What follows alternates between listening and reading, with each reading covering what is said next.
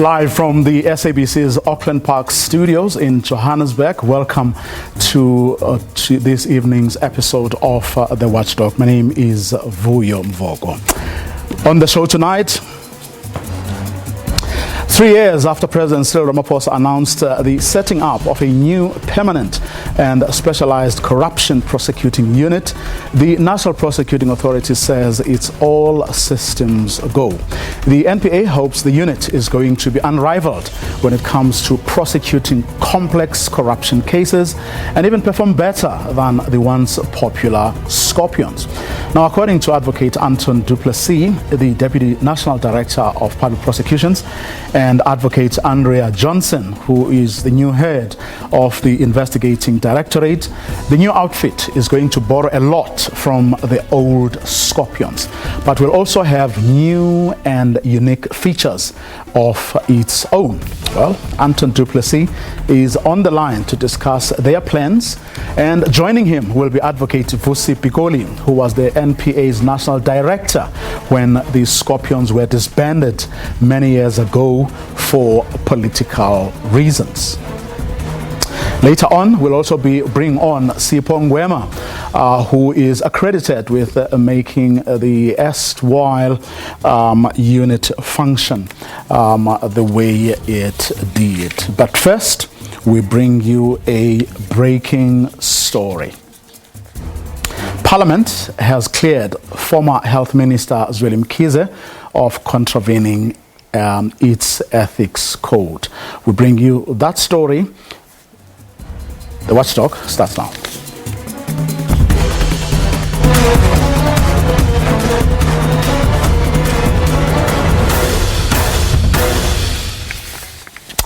Well, in news just in, the Parliament's Ethics Committee has actually cleared former Health Minister Dr. Zweli Mkhize of contravening its ethics code. Let's speak to the person who laid the complaint in the first instance, and that is the Democratic Alliance's Shadow Minister of Health, Siviwe Kwakube. Siviwe, good evening. Thanks very much for your time. First, perhaps you could take us through what you had asked the ethics, the committee, Joint Committee on Ethics and members' interests to do.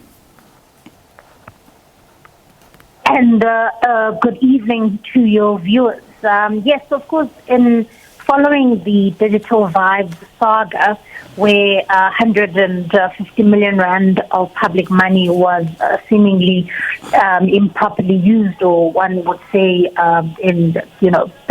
looted from the Department of Health in the middle of a global pandemic, we then submitted an ethics complaint to the Ethics Committee of Parliament.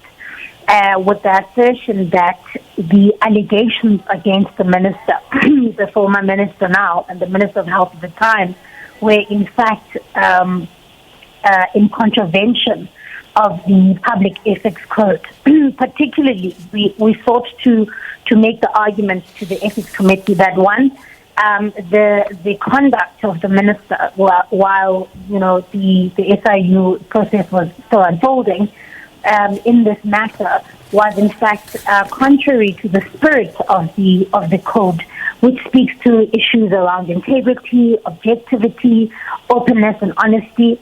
And then perhaps more importantly, we sought to make the argument that it in fact broke Code 5.2.2 of the code, which says that no member must use his or her influence as a public representative in his or her dealings with an organ of state in a manner to improperly advantage them or their members of their family. And we specifically made this argument in relation to the allegations that the son of Dr. Mkhize was in fact a beneficiary of money that was not meant to be funneled to him, and it was done so improperly.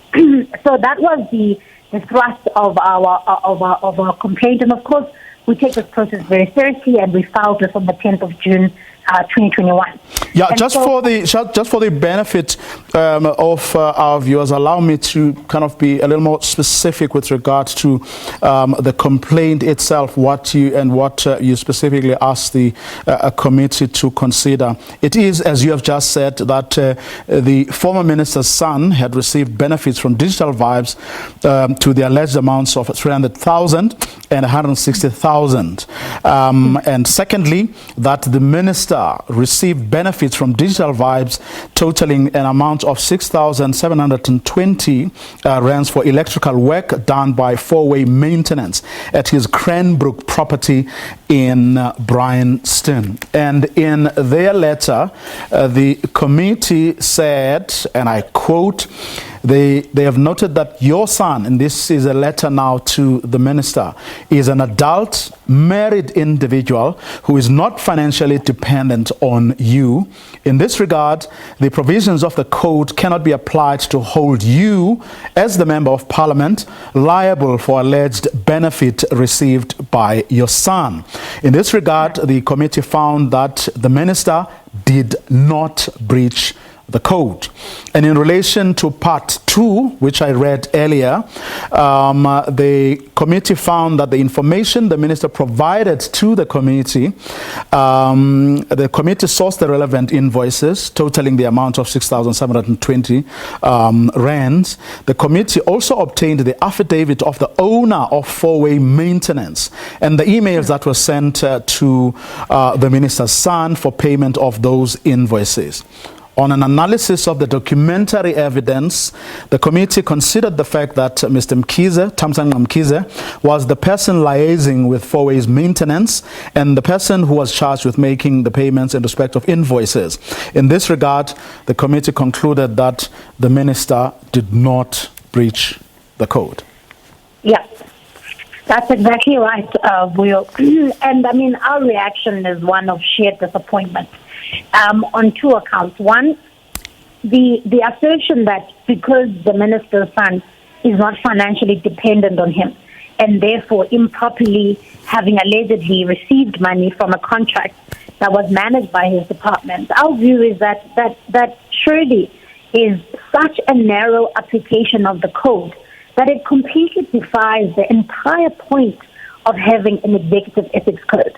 Because ultimately, if indeed money was funneled to the minister's son, and it has in fact happened in this way, the reality is that the minister's son is unlikely to have received this money unless he had the contact which was his father. Whether or not the son is financially dependent on the former minister is neither here nor there. And if you look at the spirit of the code, our view is that it should have taken into consideration not only a spouse or a child that is dependent, but it should be enlarged to see that, in fact, even business partners, even family members, in a broader sense, could be people who are improperly benefiting on a financial basis. And on the second issue around the invoices of the 6,000 rand to the minister's house, and while the committee again says upon the analysis of these documents, they found that it wasn't, in fact, the minister who was making these deals. Again, I think I would implore, that the committee should have looked at to whose benefit were these upgrades being done. They were being done at the former minister's house. And the assertion that somehow, because the dealings or the payments were being made by someone else, should essentially,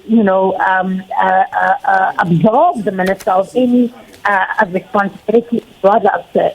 Okay. Very, very briefly, do you intend to take the matter up? Look, the minister, Dr. Mkize remains a member of parliament, and so we are looking very closely at what is going to be unfolding with the SIU and also the Hawks investigation.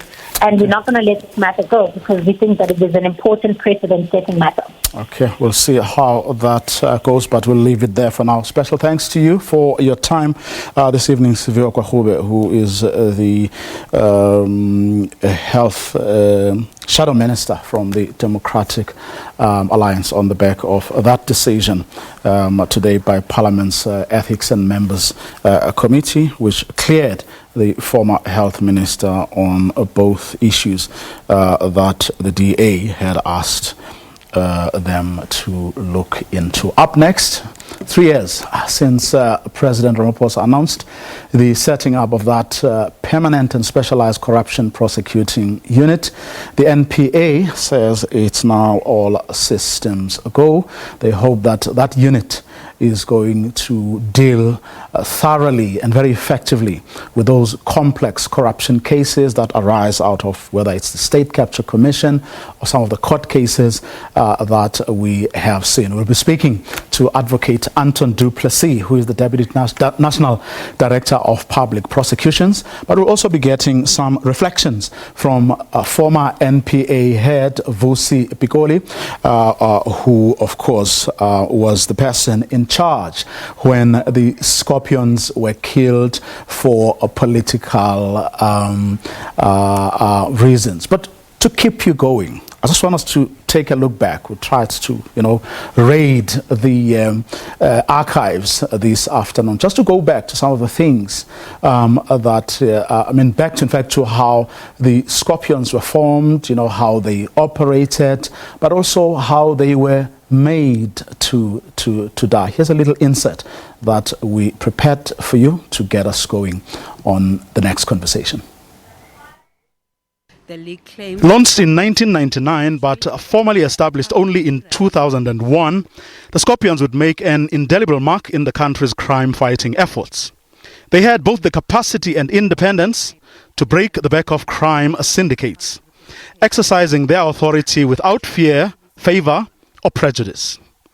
But as things turned out, the fear the Scorpions struck reverberated all the way to the highest echelons of political power. While the public approved, senior ANC officials weren't impressed. If the deputy president can be subjected to this kind of public vilification without any, recourse to any institution for him to put his side of the story or to answer to questions, what more other people? At this December 2007 elective conference, where Jacob Zuma beat Thabo Mbeki and became party president, the ANC took a resolution to kill the Scorpions. If you Google how to kill Scorpions, you will learn that they are notoriously hard to kill. They don't bat an eyelash at most pesticides. The shortest way to get rid of Scorpions is to pierce its exoskeleton with a sharp object or employ a scorpion-loving animal with sharp teeth to do the job for you.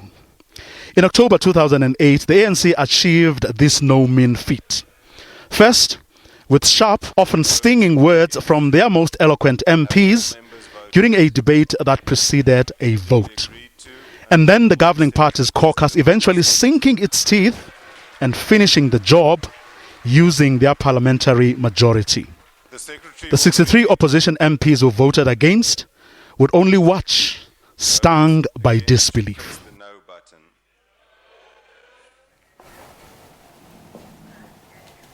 Well, Anton du Plessis is on the line to discuss their plans about the investigating directorate that we have been told, well, many of us say, is going to do what the Scorpions did and more. And joining him is Advocate Vusi Pikoli, who was the NPA's national director when the Scorpions were disbanded many, many years ago for political reasons. Gentlemen, good evening to both of you, and thank you very much for your time.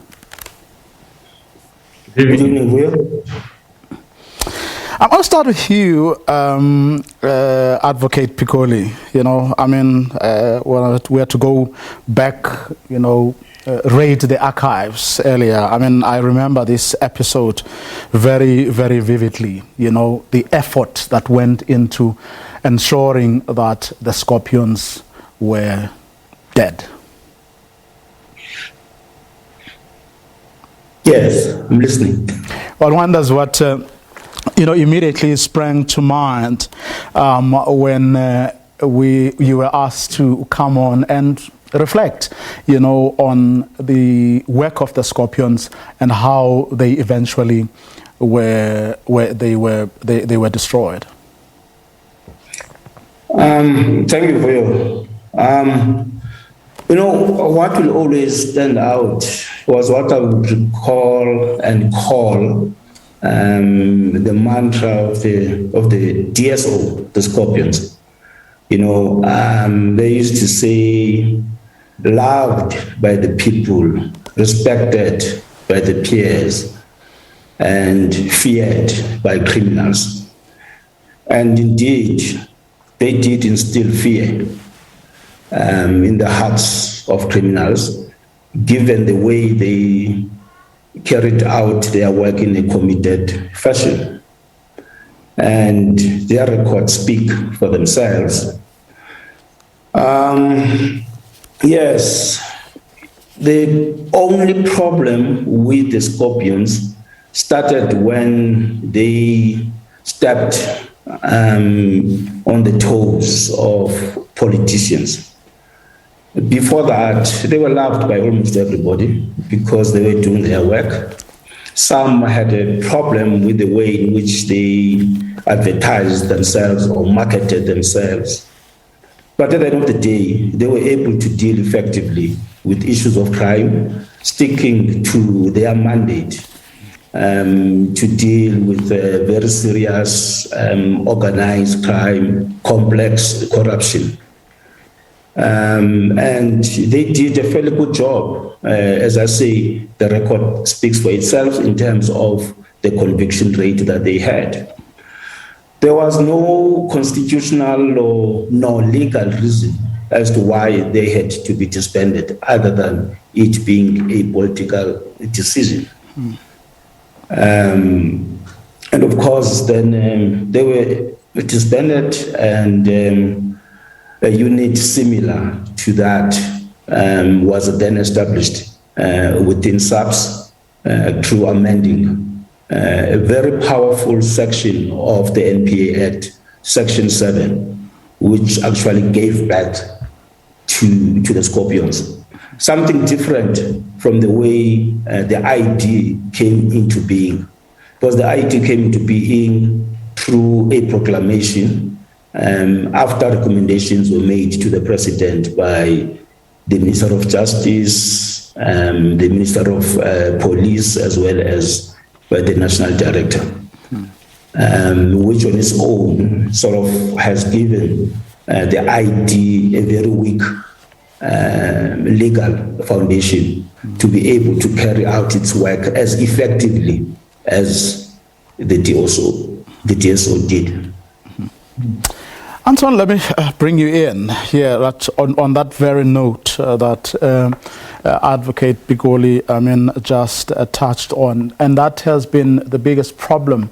People have analyzed the coming into being of the Investigations Directorate, have been harping on the fact that it's off a very weak base, which then, to many people, suggest that it will never, in fact, come even close to doing what the Scorpions were able to do, that which made them, as Advocate Pikoli says, to be loved by everyone and to be hated by the criminals. Do you agree? Well, good evening, Boyo, and good evening, Brucey. Good to see you. I'm glad that the subtitle on the screen, which says the Scorpions is back, has been removed, because I think that's really the crux of the discussion tonight. The investigative directorate was created in a different context, in a different law, with a legal architecture that is far from ideal. And so not only did we start 3 years ago with the ID 10 years behind the criminals, but we also are trying to run the race somewhat with our legs tied together. And that's partly why it is so important to have this discussion about learning the lessons, both good and bad, from what worked with the Scorpions and what didn't, and to see whether we can bring some of those lessons into the investigative directorate, at least in the context of high-level corruption. And there is a moment for that to happen right now. There's the political will. It's very clear in South Africa that corruption and high-level corruption is tearing this country apart. And we've set the foundation over the last 3 years with the investigative directorate to be able to make a number of fundamental changes to get us back to the success we saw with the Scorpions without necessarily bringing the full Scorpions model back. And I think the president was very clear when he set up the idea that he wasn't bringing the Scorpions back, but to make a number of fundamental changes that I think South Africa needs and that the criminal justice system needs to bring back the best of what we had in the Scorpions in relation to corruption, but also to learn the lessons from what didn't work, and Advocate Hawley refers to that. So yes, it is true. The ID was set up in a legal system that was designed to be weak. It wasn't weak by default. It was designed to be weak because of the politics at the time, and Advocate Hawley's nicely spelled that out. But we're in a different era at a different time, and South Africa is facing probably the biggest threat it's ever faced since the advent of democracy from corruption. So it is the right time. There's a window of opportunity to make the changes that are needed, and I think we can do them at this time. And then we could start looking at the kinds of successes that we saw with the Scorpions in relation to corruption. Perhaps before we do that, Advocate, just very, very briefly, just take us through what has been done to put the ID on a better footing than many people perhaps gave it a chance to do, given the legal architecture on which it has been formed. I want you to go there first, very briefly, before we can then speak to some of the known and sort of well-documented problems of that setup. Sure. I mean, let me start by saying that, of course, South Africans are rightfully impatient. We need to do better. We need to do more. We need to do faster, and we need to get to a situation where, accountability for corruption is the norm, not the exception. And at the moment, yes, it's still the exception. But we also need to be realistic, as I said, that we started in 2019 with this new administration, with new leadership of the NPA, and we created the first ever ID under this new legislative change that we mentioned, which comes from 2009, with no structures, with no budget, with nothing. Now, I know 3 years is a long time when you're looking at the kind of corruption that is exposed in the Zondo reports and Nugent commissions and others, and we need to move fast, as I said. But 3 years to set up an organization from scratch is actually not that long. And if you look at how South Africa has progressed in terms of high-level corruption, in many ways, as I say, we need to do better, but we're actually world leaders in many fields. In asset forfeiture, for example, we really are at the forefront in terms of our witness protection. And just in terms of how we've been able to bring high-level corruption matters to court, I think we're probably a world leader in terms of how quickly we've brought a case against the former head of state to court as quickly as we have. So we need to be realistic about the successes. And I'll just give you 3 figures that I think give some context to this perception, perhaps, that the NPA and the ID has done nothing. So firstly, there are 82 high-level matters that have been authorized by the ID. These are largely state capture matters and high-level corruption cases. 21 of those cases have been enrolled in courts, and that amounts to 65 people that have been charged for high-level corruption. And there are about 23 or 24 new matters that are about to be proclaimed by the new head of the ID, Andrea Johnson, who unfortunately couldn't join us tonight. So, if you look at those numbers, it's not true that the ID and the NPA is doing nothing on high-level corruption. But let's see we can have a discussion about what needs to be done to do more. So what happened is we created the ID in 2019. In May, it was launched after the proclamation was signed in March. And the organization was built from nothing. Right now, the ID has about 120 full-time staff members. It has a budget of about 250 million rand a year. By the end of this year, we're aiming to be at about 200 staff members. and an exponentially expanded budget over the next 3 years. That is the natural progression of building an organization. If you build it too much faster than that, you create an unstable platform. So we do need to build it slowly, but we've come a long way. And just in the last 2 years, we've seen an 88% growth, for example, in the budget and the staffing of the ID. Advocate Pikoli, I mean, the Advocate du Plessis has just outlined some of the things that they've been able to, do over the past 3 years since their establishment. Like as he just said, the quickly being able to, bring a head of state, to answer, or at least begin to answer for some of the things that many people think he must answer for. But if there are to go back to some of the known problems that have been well ventilated out there, that unlike the Scorpions, they can be disbanded or its jurisdiction curtailed by without the involvement of Parliament, for example, which means that what happened on the back of the Polokwane ANC conference and months later in Parliament could be done pretty quickly, this time around, theoretically, at least. The investigators lack the police powers of arrest, search, and seizure, which the Scorpions had. The ID's teams are composed of staff on a temporary assignment or limited contracts, and so they can go back, to where they belong, or decide to, dump the work anytime they feel like, or they believe that their interests may be served elsewhere. Just on those 4 or so things alone, do you think that they can still move in a recognizable direction, that Advocate du Plessis and his team are confident it can still go, notwithstanding the fact that the act that calls for their establishment has been trimmed down, and a lot of the things that the Scorpions were able to do, they can no longer be able to do? Yes, thanks, Will. Having alluded to the weak legal foundation of the ID, not all is lost, especially if we were to take into account what had happened previously, even during the era of the DSO, the Scorpions. You will recall the Khambembe Commission, which was set up to look into the mandate and location of the DSO. Amongst other recommendations was one that spoke to the need to create an interministerial committee for purposes of coordination. So one does find this in the proclamation, that was issued on the 4th of April, 2019, because its very recommendation was based on what the Minister of Justice and the Minister of Police and the NDPP.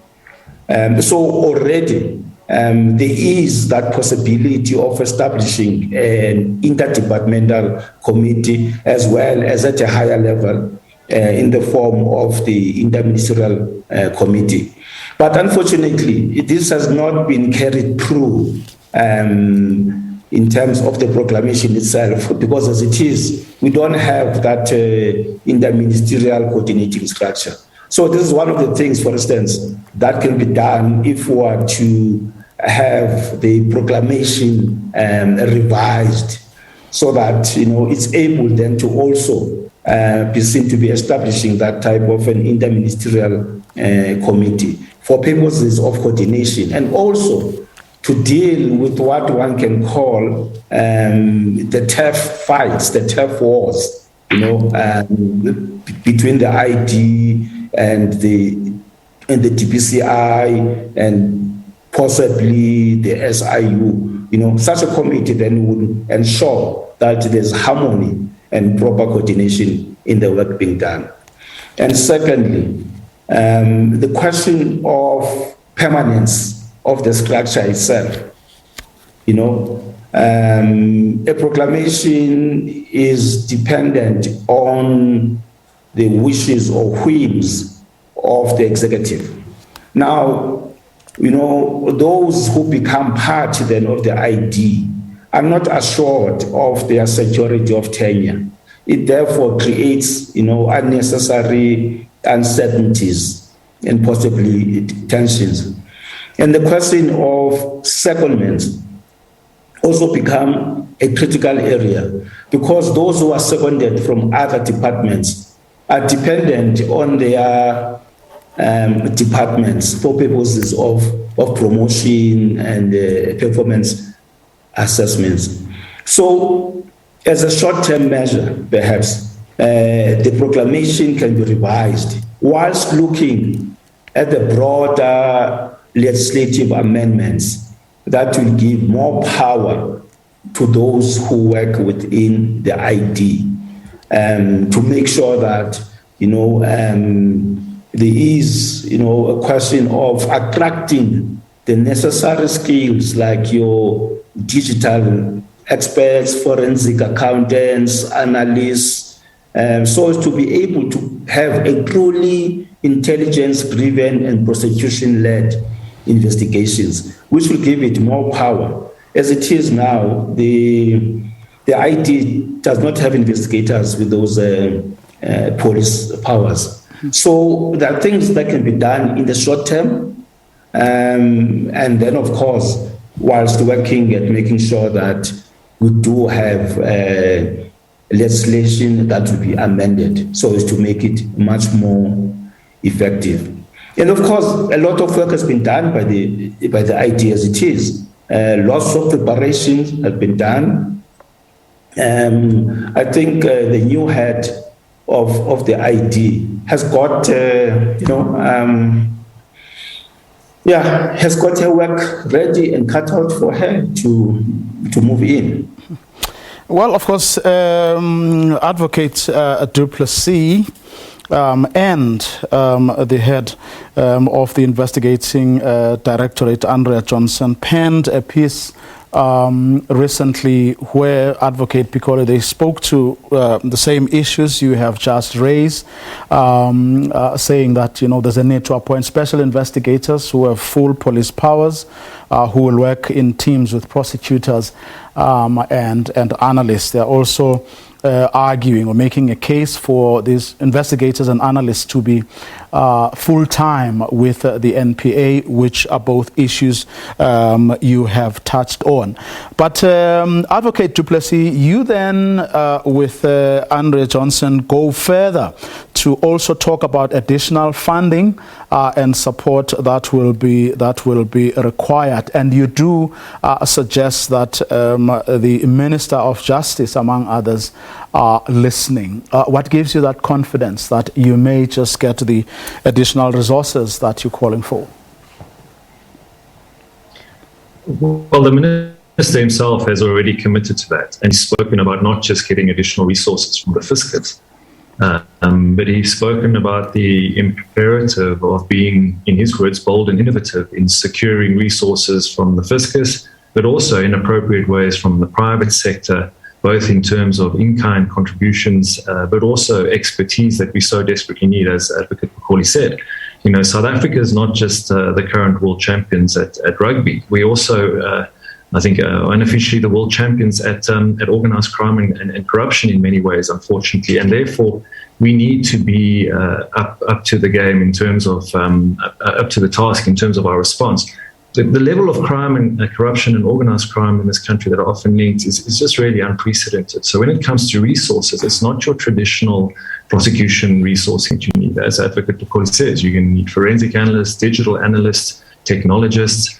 We need to build an ID that's future-proof, not only for the kinds of crimes we're facing today, but for the kinds of over-the-horizon crimes that we're going to see, both in terms of the type of crimes committed in the digital and cyberspace, but also growing complexity in terms of the interlinkages between organised crime and corruption. So those are the additional skills we need. Of course, the crux of it is this prosecution-guided investigation model.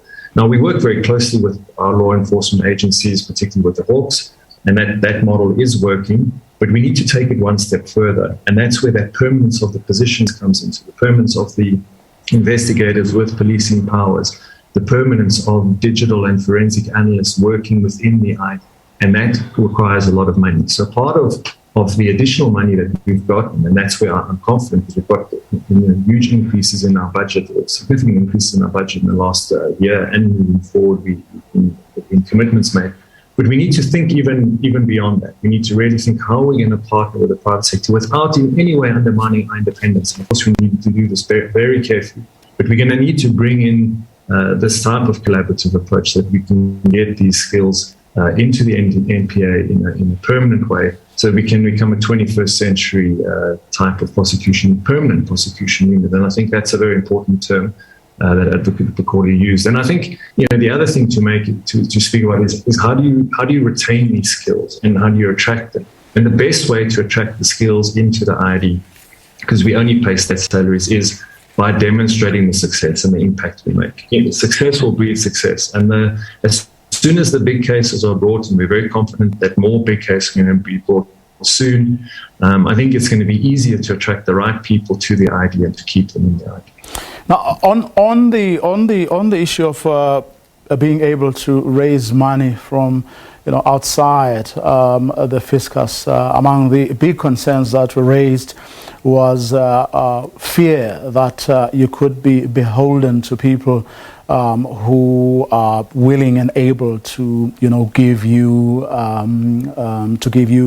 money, or even the perceptions thereof. In other words, even where you create a kind of dispensation that would ensure that such people never get to have influence in how you do your work. There was that sort of lingering suspicion that there may be people who perceive you to be, nice to others while you're harsh with others, or you're doing things that you are not supposed to do because you are driven primarily by the fact that you're getting money from people who may well have vested interests in how you conduct yourself. Has any progress been made so far? Because that's what Advocate Batoyi indicated you were going to do the last time, if I recall. She addressed the Parliament on this very same matter. Yeah, significant progress has been made in this regard, but you're right. This was not something we could jump into too quickly for all the reasons you stated, and perceptions matter. And of course, we have our own systems in place to make sure that there would never be any influence. But of course, we did need to worry about the perceptions. We saw what happened in terms of the reaction when the initial offer was made by Steinhoff for forensic support. So what we've done is, and I won't bore you with the details, but we worked very closely with our colleagues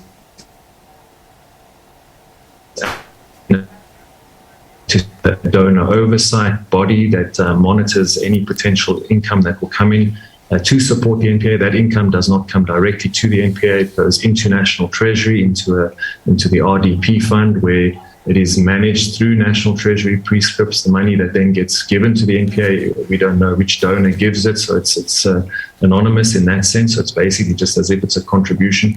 And that's actually the easier way to deal with it in terms of actual funding coming in. The more difficult and complicated one is in relation to skills, and actually how do you bring skills. And so we are in discussions with various law firms, law societies, the bar associations, and various civil society partners to make sure that we develop a mechanism where there's support, where proper vetting happens, where there's full oversight, full accountability and transparency, that this is reported to Parliament and to this oversight committee that I spoke about. And of course, that we make sure that not only is there not an actual infringement of our independence and our ability to do our work effectively, but also that the perception of that is dealt with. So that's why we have to move a bit more slowly on it.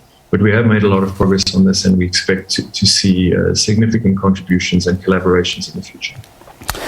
Advocate Bokoli, let's just say, the ID eventually gets to, have this proclamation, the inter-ministerial a committee gets put together and it gets to do the things that you're hoping or that it once did. Let's just say that they are allowed to appoint investigators with full police powers, and they get these investigators and analysts to be full-time employees of the NPA. What would the NPA still need to do, or what would Advocates Duplessis and Andrea Johnson and their team, what would they have to do on their own, things that are now within their powers, things that they don't depend on other people, whether it's Treasury, whether it's the Minister of Justice or other stakeholders to do? What are the things that they can learn from how the Scorpions worked that gave them successes, but things that come from within, things that the investigative directorate itself will be able to do without asking other people for help? You see, we need to be aware of the fact that when the Scorpions were disbanded, there are certain sections of the NPA Act, that were repealed. Especially, those sections, those subsections of Section 7 of the NPA Act, which gave the special investigators certain powers. So as things currently stand, the proclamation will not be able to restore some of those powers that the special investigators had, insofar as the police powers are concerned. But also, what will make the ID work properly is to be able to have a strategic approach to its case management in terms of being able to strategically sequence their cases, to be clear on how they want to prioritize cases that should be brought to court, whether to start perhaps with some cases where they are likely to secure convictions easily rather than start with the bigger cases. But what is required of the ID, given the current legal constraints, is to make sure that they have got impactful prosecutions at this stage. Prosecutions that will make a dent, in the fight against corruption. And fortunately, we've got two seminal judgments penned by Justice Museneke, and also another one which was penned by the former Chief Justice Muhweng on Glenister 2 and Glenister 3, in terms of being able to strengthen the independence of anti-corruption bodies. So once they are able then to be able to procure things swiftly, to be able to attract the best brains out there, because remember, organized crime and corrupt people employ some of the best legal brains out there who are ready to challenge, the prosecutions, they challenge the investigations, they drag trials as much as they can, because they are also equally resourced. This is where, if, for instance, the ID, can be able to have, a single command of all those who work within the ID, so that there is, that single command under one roof, to make sure that they are able to choose their cases effectively.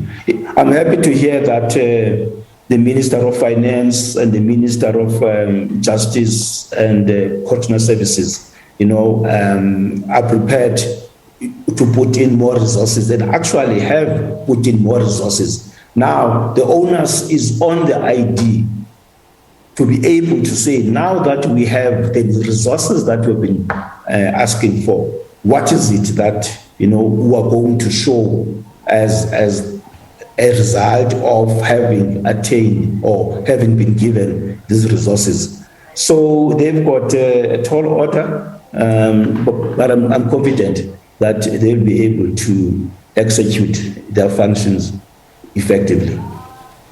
Advocate du Plessis, the onus is on you now, as Advocate Piccoli has just said. Yes, thank you very much. And I agree with him 100%. The momentum is there. We've learned the lessons. We've laid the foundation. It is now time for the seminal cases. As our national director said last night, you can expect, and the public can expect to see those very soon. Of course, there are many cases that are already enrolled, as I said, but it is the big matters. And of course, we can't be driven by anything other than the evidence. It can't be public pressure. It can't be political pressure. It is only the evidence. And we're doing a really good job at the moment of gathering that evidence, as I gave you with those statistics. There are a number of other priorities, Vuyo, that I just want to briefly mention to you that we are focusing on, that I know have gained a lot of public attention. The one is the question of whistleblower protection and witness protection. As these cases ramp up, as the final Zondo report comes out, and as the investigations continue, the question of whistleblower and witness protection is vital. Again, that's a public-private partnership, and we're going to need to do more, particularly on whistleblower protection, even in terms of our world-class witness protection program. We are going to have to do more in terms of our cooperation with the banks, in terms of getting financial statements sooner and faster, and getting analysis on those bank statements done more effectively. We are going to have to deal with the Stalingrad tactics that we're seeing ramping up in these high-profile matters. We are developing a strategy to deal with it. It's not easy. The rule of law does bind us. The constitutional provisions of a fair trial, of course, bind us. But we can't continue having these tactics delaying our cases on and on. So we are coming up with a strategy to deal with that. The final issue I'll raise is the question of the digital forensics. We've mentioned that we are busy developing our own internal forensics capacity. We're hoping to take over the full digital lab from the Zondo Commission as soon as they wrap up their report, as well as limited some of the capacity that's going to come from the Zondo Commission. We obviously couldn't start this process before Zondo had wrapped up. I know a lot of people have been saying, why don't we just get cracking on the Zondo matters? Well, it's difficult to do that when you have a commission of inquiry that's still continuing and hasn't wrapped up yet. But that, as we know, is in the final home stretch. And when those resources do come over to the NPA and to the ID, both in terms of the hardware, but also in terms of the technical expertise, the patience that's clearly running out in South Africa, I think we're going to start meeting demands or expectations significantly more over the coming months. And, we simply have to, as we say in the ID, loosen the grip of state capture on this country. The future of our constitutional democracy depends on it. The future of our country depends on it. So we know the expectations, and we certainly believe we're up to the task, and we're going to work as hard as we can to deliver on it. Advocate Anton du Plessis, thank you very much. He is the Deputy National Director of Public Prosecutions. Confident there that there is a big move forward. You had his concluding remarks about the major action that his boss, Advocate Shamila Batoy, alluded to yesterday, that we're going to see some action in the next 6 months, but also Advocate du Plessis saying they are also dealing with the Stalingrad delay tactics that we've seen being employed in these high-profile cases, and also they are going to start dealing in a very big way with the state capture cases. Special thanks also to Advocate Vusi Piccoli, who is the former National Director of Public Prosecution, on whose feet, perhaps I should say, the scorpions were made to die, but very optimistic that the Investigations Directorate is up to the task of doing a good job, or just as good a job as the scorpions did, if all the things he was talking about could be put in place. And that's our show for this evening. But before we leave you, there's something that just came through, a statement of the special sitting of the KZN Provincial Executive Council. They were KwaZulu KwaZulu-Natal is calling for a declaration of a state of disaster following the damaging storms we've been seeing all day long. The Provincial Executive Council, chaired by Premier Sihle Zikalala, has concluded a special Executive Council meeting where it received reports on the disaster incidents, the effects of disaster response, and interventions from the Provincial Interministerial Committee on Disaster Management that's chaired by COCTA MEC Sipho Hlomuka. Well, we will see, of course, how that pans out far, but from their assessment so far, many people have lost their lives. eThekwini alone reporting 45 deaths so far, while Ilembe district, in such areas as Ndwendwe, KwaDukuza, more than 14 people are reported to have tragically lost their lives. The statement going on to say the disaster has affected all races and sexes of our society in rural townships, informal settlements, suburbs, and luxury estates. The statement goes on to say that there have also been looting incidents which they are condemning, where containers were affected by the rains as the raging Umlazi River threw them into the N2, but the provincial government also saying they are not going to allow such incidents to continue. We'll of course give you the full details of what the provincial executive in KwaZulu-Natal has decided, and our hearts are indeed with the people of KwaZulu-Natal who have been affected by these floods. And may South Africans really come out in full force and support the people who have been, affected by these tragic events. And that's our show for this evening. To join us again tomorrow night, 8 p.m. sharp. Good night.